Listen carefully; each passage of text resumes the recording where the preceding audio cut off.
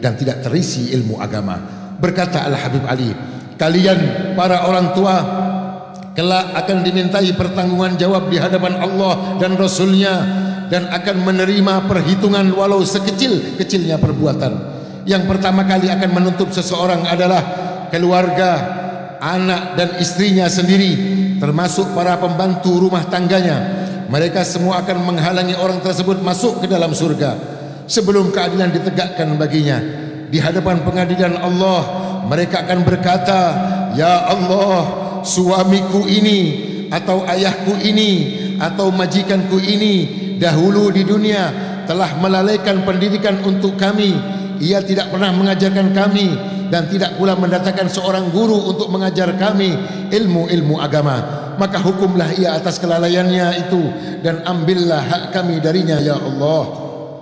Lalu Al-Habib Ali berkata, jika seseorang sudah tidak mau dan tidak mampu lagi mendidik keluarga dan anak-anaknya sendiri, dan ia enggan untuk mendatangkan guru yang bisa mengajarkan dan mendidik mereka, apakah ia akan menunggu seseorang yang akan datang untuk mengetuk pintu rumahnya dan berkata, apakah saya boleh mengajar anak-anak saudara? Demikianlah Al-Habib Ali sangat mementingkan penyiaran agama dan ilmu kepada setiap orang dan selalu mendorong adanya hubungan yang akrab dengan senantiasa mendekatkan orang-orang awam dengan para ulama dan orang-orang yang soleh. Beliau juga menganjurkan agar para ulama mau bersabar dalam melakukan pendekatan kepada masyarakat.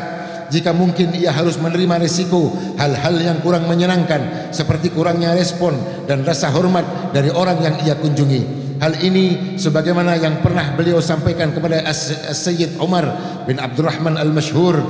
Demi kepentingan itu, beliau sering menyerukan agar para ulama jangan hanya berdiam diri menunggu orang-orang yang mau datang dan belajar dari mereka, tetapi seyogyanya para ulama dengan sukarela disertai niat yang tulus mau terjun secara langsung kepada masyarakat untuk menyampaikan apa yang mereka ketahui, mengingatkan mereka agar senantiasa beramal kebaikan untuk kepentingan ukhrawiyah.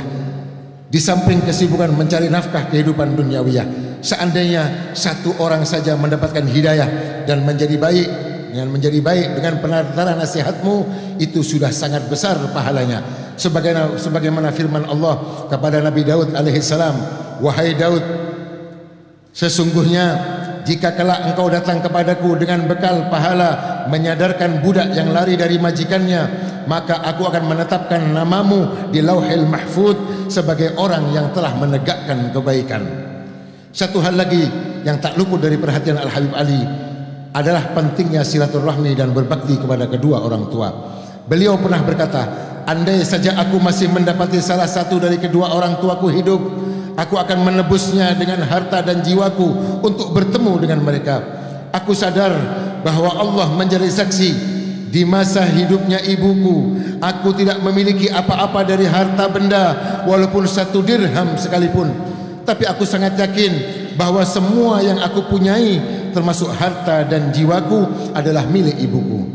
Demi Allah, seandainya ibuku menjualku di pasar, maka aku akan pasrah dengan ikhlas. Ketahuilah, barang siapa yang berbuat baik kepada kedua orang tuanya, ia akan beruntung di dunia dan akhirat. Dan siapa saja yang durhaka kepada keduanya, ia akan rugi dan celaka dunia dan akhirat. Seorang anak seharusnya selalu membahagiakan kedua orang tuanya, sekalipun ia terpaksa harus menjual pakaiannya ketika ia tidak punya apa-apa lagi untuk memenuhi hajat orang tuanya. Tidak bosan-bosannya Al-Habib Ali mengingatkan pentingnya birrul walidain dan silaturahmi. Beliau juga menjelaskan besarnya pahala berupa kenikmatan abadi dan kebaikan dunia akhirat yang dijanjikan bagi orang-orang yang mau melakukannya. Tidak ada hal yang paling menjadikan beliau melebihi adanya kedurhakaan kepada kedua orang tua dan terputusnya tali silaturahmi. Di antara yang beliau katakan bahwa doa kedua orang tua menembus 7 lapis langit. Barang siapa yang mendapati kedua orang tuanya atau salah satu dari keduanya, hendaknya ia mengambil kesempatan sebaik mungkin untuk berbakti kepada mereka. Tidak ada amalan yang paling besar manfaatnya dan pahalanya di dunia ini selain berbakti kepada kedua orang tua dan menjalin silaturahmi. Dengan berbakti kepada kedua orang tua, seseorang akan menjadi dekat dengan Allah dan Rasulnya dan terhindarkan dari su'ul khatimah. Bukankah kisah Alqamah telah cukup sebagai bukti pentingnya keridhaan seorang ibu? Semua orang, bahkan ibunya sendiri, menyaksikan kesolehan Alqamah. Hanya karena satu hal, ibunya menjadi marah karena Alqamah lebih mengutamakan istrinya dari ibunya sendiri yang melahirkan dan membesarkannya. Di saat sakaratul maut, lisan Alqamah tertahan, tak mampu mengucapkan dua kalimat syahadat. Untunglah pertolongan Rasulullah SAW yang membujuk ibunya agar memaafkan dan meridhai Alqamah berhasil, dan pada akhirnya Alqamah mampu mengucapkan kalimat syahadat setelah sang ibu meridhainya. Ridha ibunya lah yang membuatnya bisa meninggal dunia dalam keadaan husnul khatimah. Allah Subhanahu wa taala berfirman dalam surat Al-Isra ayat 23, dan Tuhanmu wahai Muhammad telah menetapkan perintah agar engkau jangan menyembah selain kepadanya dan berbuat baiklah kepada kedua orang tua. Jika salah satu di antaranya atau kedua-duanya masih hidup bersamamu dan telah sampai pada usia lanjut, maka janganlah sekali-kali kamu berkata ah kepada keduanya, dan jangan kamu membentak mereka, dan berucaplah kepada mereka dengan perkataan yang sopan, lembut dan mulia. Rendahkanlah dirimu di hadapan mereka dengan penuh rasa sayang, dan ucapkanlah, wahai Tuhan kami, kasihanilah mereka berdua sebagaimana mereka berdua telah mendidik dengan kasih sayang di saat kami masih kecil. Dalam sebuah hadis qudsi, Allah berfirman, barang siapa yang di pagi hari berbuat kebaikan mencari ridhaku, namun ia membuat murka kedua orang tuanya, maka aku murka kepadanya. Dan barang siapa yang di pagi harinya melakukan perbuatan yang menimbulkan murkaku, namun ia membuat ridho kedua orang tuanya, maka aku ridho kepadanya. Barang siapa yang ingin dilapangkan rezekinya dan dipanjangkan umurnya, hendaknya ia berbakti kepada kedua orang tua dan menyambung tali silaturahmi. Berbuat baik kepada sanak keluarga akan melapangkan rezeki kita dan memperpanjang usia dalam kebahagiaan.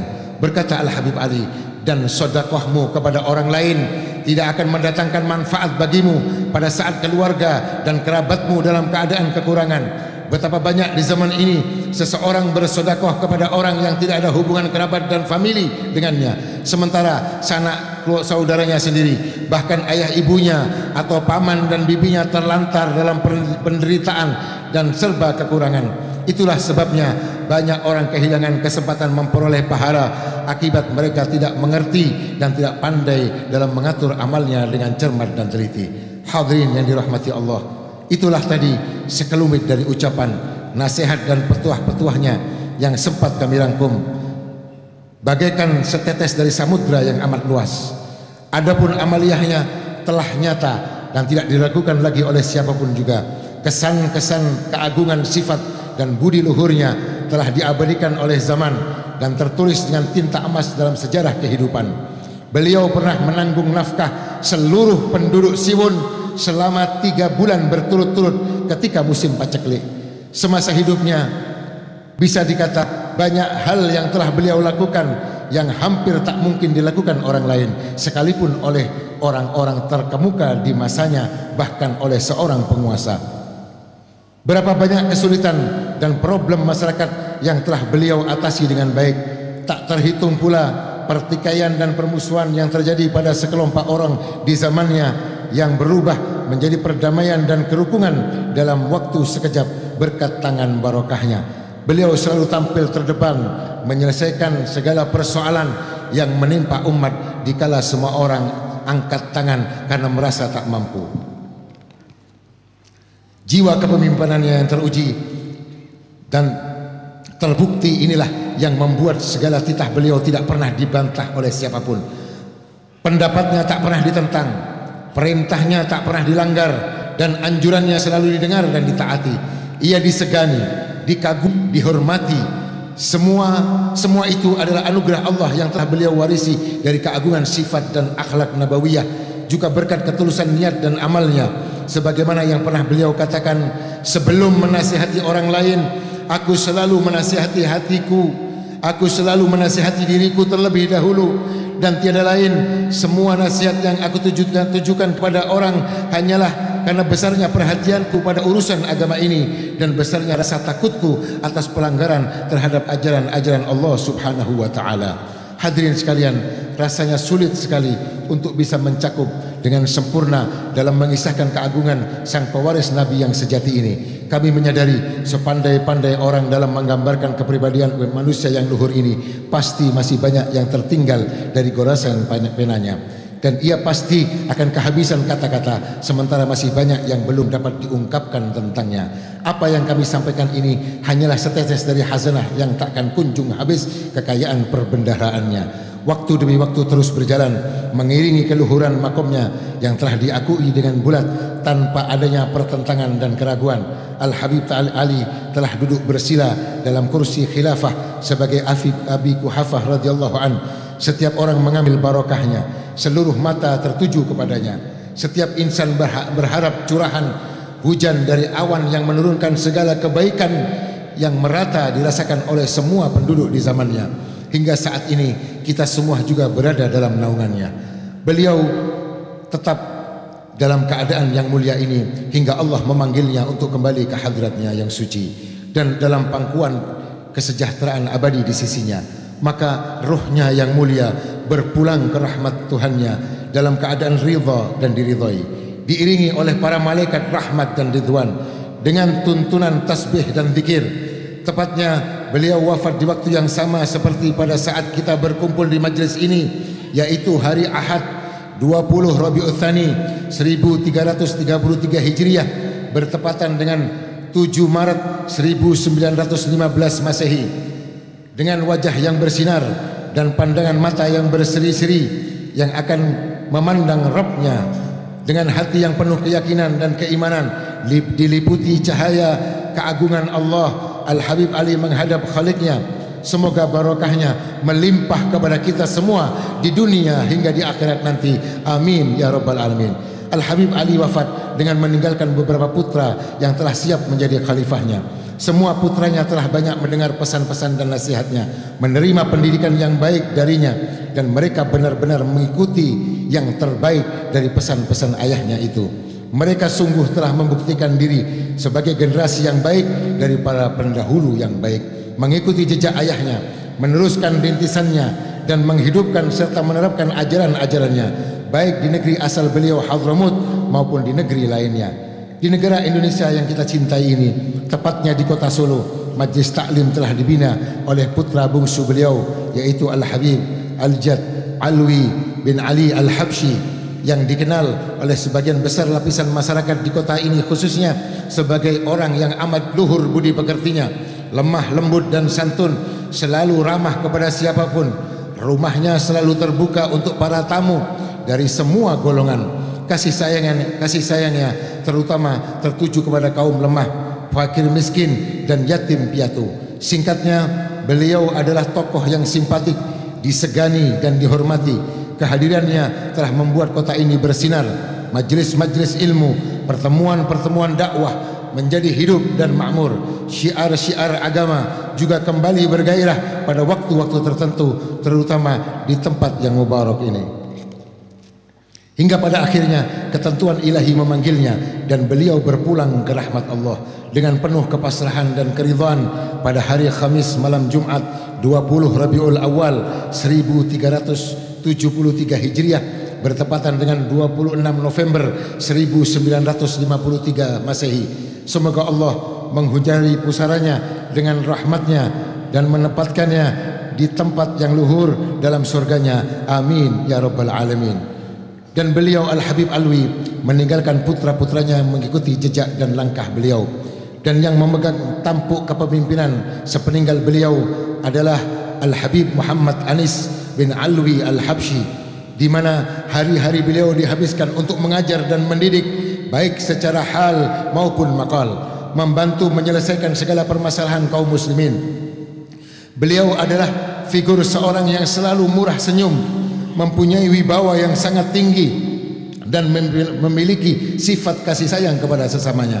Majlis-majlis beliau tak pernah sunyi dan sepi dari pembacaan kitab-kitab para salaf. Bahkan beliau sangat perhatian kepada para pemuda untuk jangan meninggalkan asar dari para salafnya.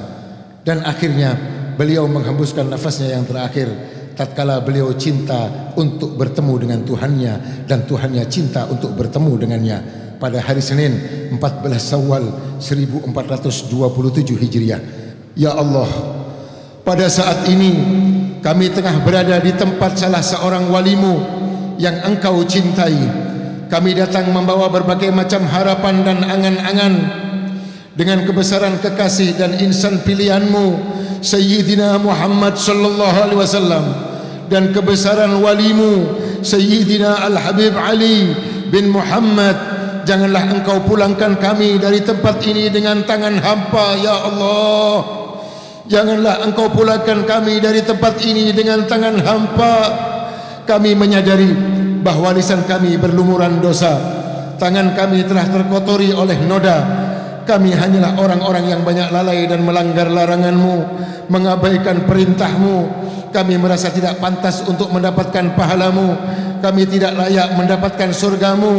Namun setidaknya kami punya prasangka yang baik kepadamu, ya Allah. Engkau telah hadirkan kami di majlis agung ini. Kami yakin bahwa pada saat ini ruh Sayyidina Muhammad sallallahu alaihi wasallam dan ruh Al-Habib Ali dan juga arwah para awliya-Mu bersama kami. Para malaikat-Mu juga menjadi saksi atas kami pada saat ini. Setidaknya dalam hati kami ada setetes rasa cinta kepada para walimu, dan ini pertanda bahwa Engkau masih menghendaki kebaikan atas diri kami. Ya Rabb, kami rindu rahmat dan ampunan-Mu. Karena itu ampunilah dosa-dosa kami, dosa kedua orang tua kami yang masih hidup maupun yang telah wafat. Ampuni pula para dosa istri kami dan anak-anak kami. Jadikan kami dan mereka semua dan seluruh yang hadir di majlis ini sebagai orang-orang yang baik, orang-orang yang cinta kepada kebaikan dan orang-orang yang baik. Ya Rabb, jadikan kami, keluarga dan anak-anak kami cinta kepada ilmu. Jadikanlah kami sebagai anak-anak yang berbakti kepada kedua orang tua kami. Dan janganlah Engkau ambil nyawa kami hingga kami dapat menyaksikan baktinya anak-anak kami.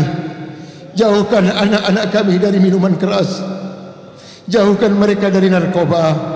Jauhkan mereka dari perzinaan dan segala perbuatan yang tak terpuji. Hiasi mereka dengan akhlak yang baik. Ya Rabb, perbaikilah keadaan kami, keadaan para wanita dan pemuda kami kepada yang lebih baik. Hiasi para wanita kami dengan hijab dan rasa malu. Hiasi para pemuda kami dengan adab dan ilmu. Jadikan para pemimpin kami orang-orang yang beriman dan bertakwa kepadamu. Sempurnakanlah segala kekurangan kami, ya Allah. Jauhkan negeri ini dan negeri kaum muslimin dari berbagai bencana dan mara bahaya. Tolonglah kami dari musuh-musuh kami, orang-orang kafir yang memerangi muslimin.